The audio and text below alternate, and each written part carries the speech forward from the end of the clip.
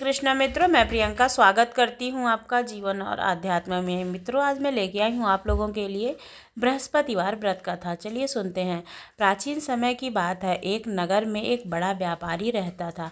वह जहाज़ों में माल लदवा कर दूसरे देशों में भेजा करता था। वह जिस प्रकार अधिक धन कमाता था, उसी प्रकार जी खोल करके दान भी करता था। परंतु उसकी पत्नी अत्यंत कंजूस थी। वह किसी को एक विदान नहीं देती थी। एक बार सेठ जब दूसरे देश व्यापार करने गया तो पीछे से बृहस्पति देव साधु वेश में उसकी पत्नी से भिक्षा मांगी। व्यापारी की पत्नी बृहस्पति देव से बोली, हे साधु महाराज, मैं इस दान पुण्य से तंग आ गई हूँ। कोई ऐसा उपाय बताए जिससे यह सारा धन नष्ट हो जाए और मैं आराम से रह सकूं। मैं यह धन लुटाता हुआ नहीं देख सकती हूँ। बृहस्पति देव ने कहा, हे देवी, तुम तो बड़ी ही विचित्र हो। संतान और धन से तो कोई दुख होता। अगर अधिक धन है तो इसे शुभ कार्यों में लगवाओ। कुंवारी कन्याओं का विवाह करवाओ। विद्यालय बाग बावड़ी का निर्माण कराओ। ऐसे पूर्ण कार्य करने से तुम्हारा लोक परलोक समर्थ हो जाएगा।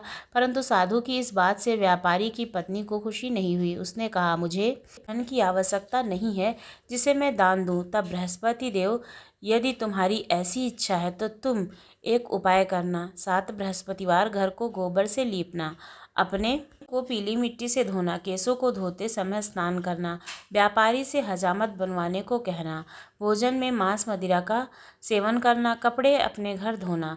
ऐसा करने से तुम्हारा सारा धन नष्ट हो जाएगा। इतना कहकर बृहस्पति देव वहाँ से अंतर ध्यान हो गए। व्यापारी की पत्नी ने बृहस्पति देव के कहे अनुसार 7 बृहस्पतिवार वैसा ही करने का निश्चय किया। केवल 3 बृहस्पतिवार ही बीते थे कि उसी समस्त धन संपत्ति नष्ट हो गई और वह परलोक सिधार गई। जब व्यापारी वापस आया तो उसने देखा कि उसका सब कुछ नष्ट हो चुका है। वह व्यापारी ने अपनी को सांत्वना दी और दूसरे नगर में जाकर बस गया। वहाँ वह जंगल से लकड़ी काट कर लाता और शहर में बेचता। इस तरह से वह अपना जीवन व्यतीत करने लगा। एक दिन उसकी पुत्री ने दही खाने की इच्छा प्रकट की, लेकिन व्यापारी के पास दही खरीदने के पैसे नहीं थे। वह अपनी पुत्री को आश्वासन देकर जंगल में लकड़ी काटने चला गया। वहाँ एक वृक्ष के नीचे बैठकर अपनी पूर्व दशा पर विचार करने लगा और रोने लगा। उस दिन बृहस्पतिवार था। तभी वहाँ बृहस्पति देव साधु के रूप में सेठ के पास आए और बोले, उससे तू इस जंगल में किस चिंता में बैठा है? तब व्यापारी बोला, हे महाराज, आप सब कुछ जानते हैं। इतना कहकर व्यापारी अपनी कहानी सुनाकर रो पड़ा। बृहस्पति देव बोले, देखो बेटा, तुम्हारी पत्नी ने बृहस्पति देव का अपमान किया था, इसी कारण तुम्हारा यह हाल हुआ है। लेकिन अब तुम किसी प्रकार की चिंता मत करो। तुम गुरुवार के दिन बृहस्पति देव का पाठ करो। 2 पैसे के चने और गुड़ को लेकर जल के लोटे में शक्कर डालकर वह अमृत और प्रसाद अपने परिवार के सदस्यों और कथा सुनने वालों में दो। स्वयं भी प्रसाद और चरणामृत लो। भगवान तुम्हारा अवश्य कल्याण करेंगे। साधु की बात सुनकर व्यापारी बोला, महाराज, मुझे तो इतना भी नहीं बचता कि मैं अपनी पुत्री को दही लाकर दे सकूं। इस साधु जी महाराज बोले, तुम लकड़ियों को शहर में बेचना, तुम्हें इसके दुगने दाम मिलेंगे, जिससे तुम्हारा सारा कार्य सिद्ध हो जाएगा। उसने लकड़ियां काटी और शहर में बेचने के चल पड़ा। उसकी लकड़ियां अच्छे दाम में बिक गईं, जिससे उसने अपनी पुत्री के लिए दही लिया और गुरुवार की कथा हेतु चना गुड़ लेकर कथा की और प्रसाद बांटकर स्वयं भी खाया। उसी दिन से उसकी सभी कठिनाइयां दूर होने लगी। परंतु अगले बृहस्पतिवार को वह कथा करना भूल गया। एक दिन वहां के राजा ने एक बड़े यज्ञ का आयोजन कर पूरे नगर के लोगों के लिए भोज का आयोजन किया।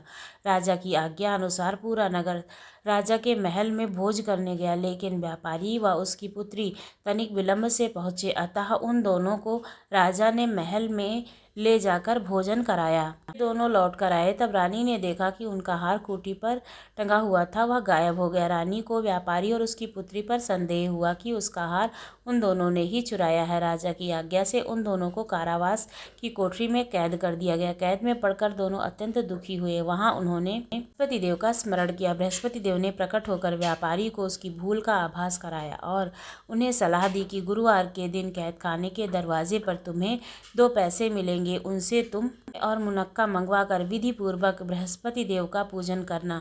तुम्हारे सब दुख दूर हो जाएंगे। बृहस्पति देव को कैद खाने के द्वार पर 2 पैसे मिले। बाहर सड़क पर एक स्त्री जा कि व्यापारी ने उसे बुलाकर गुड़ और चने लाने को कहा। इस पर वह स्त्री बोली, मैं अपनी बहू के लिए गहने लेने जा रही हूँ, मेरे पास समय नहीं है। इतना कहकर वह चली गई। थोड़ी देर बाद वहाँ से एक और स्त्री निकली।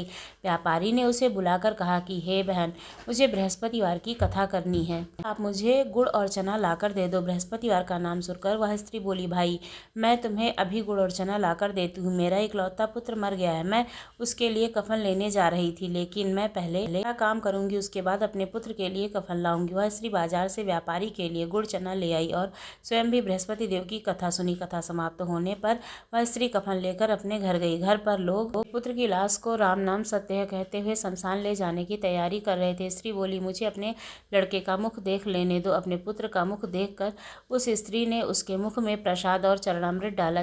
प्रसाद और चरणामृत के प्रभाव से वह पुनः जीवित हो गया। पहली स्त्री जिसने बृहस्पतिवार का निरादर किया था, जब वह अपने पुत्र के विवाह हेतु पुत्र वधू के गहने लेकर लौटी, जैसे ही उसका पुत्र घोड़ी पर बैठा, वैसे ही घोड़ी ने उछाल मारी और वह गिरकर मर गया। यह देखकर स्त्री रो रो कर बृहस्पति देव से क्षमा याचना करने लगी। स्त्री की याचना से बृहस्पति देव साधु के वेश में वहां पहुंचकर कहने लगे, हे देवी, तुम्हें अधिक विलाप करने की आवश्यकता नहीं। यह बृहस्पति देव का अनादर करने के कारण हुआ है। तुम वापस जाकर मेरे भक्त की क्षमा मांगकर कथा सुनो, तब ही तुम्हारा मनोकामना पूर्ण होगी।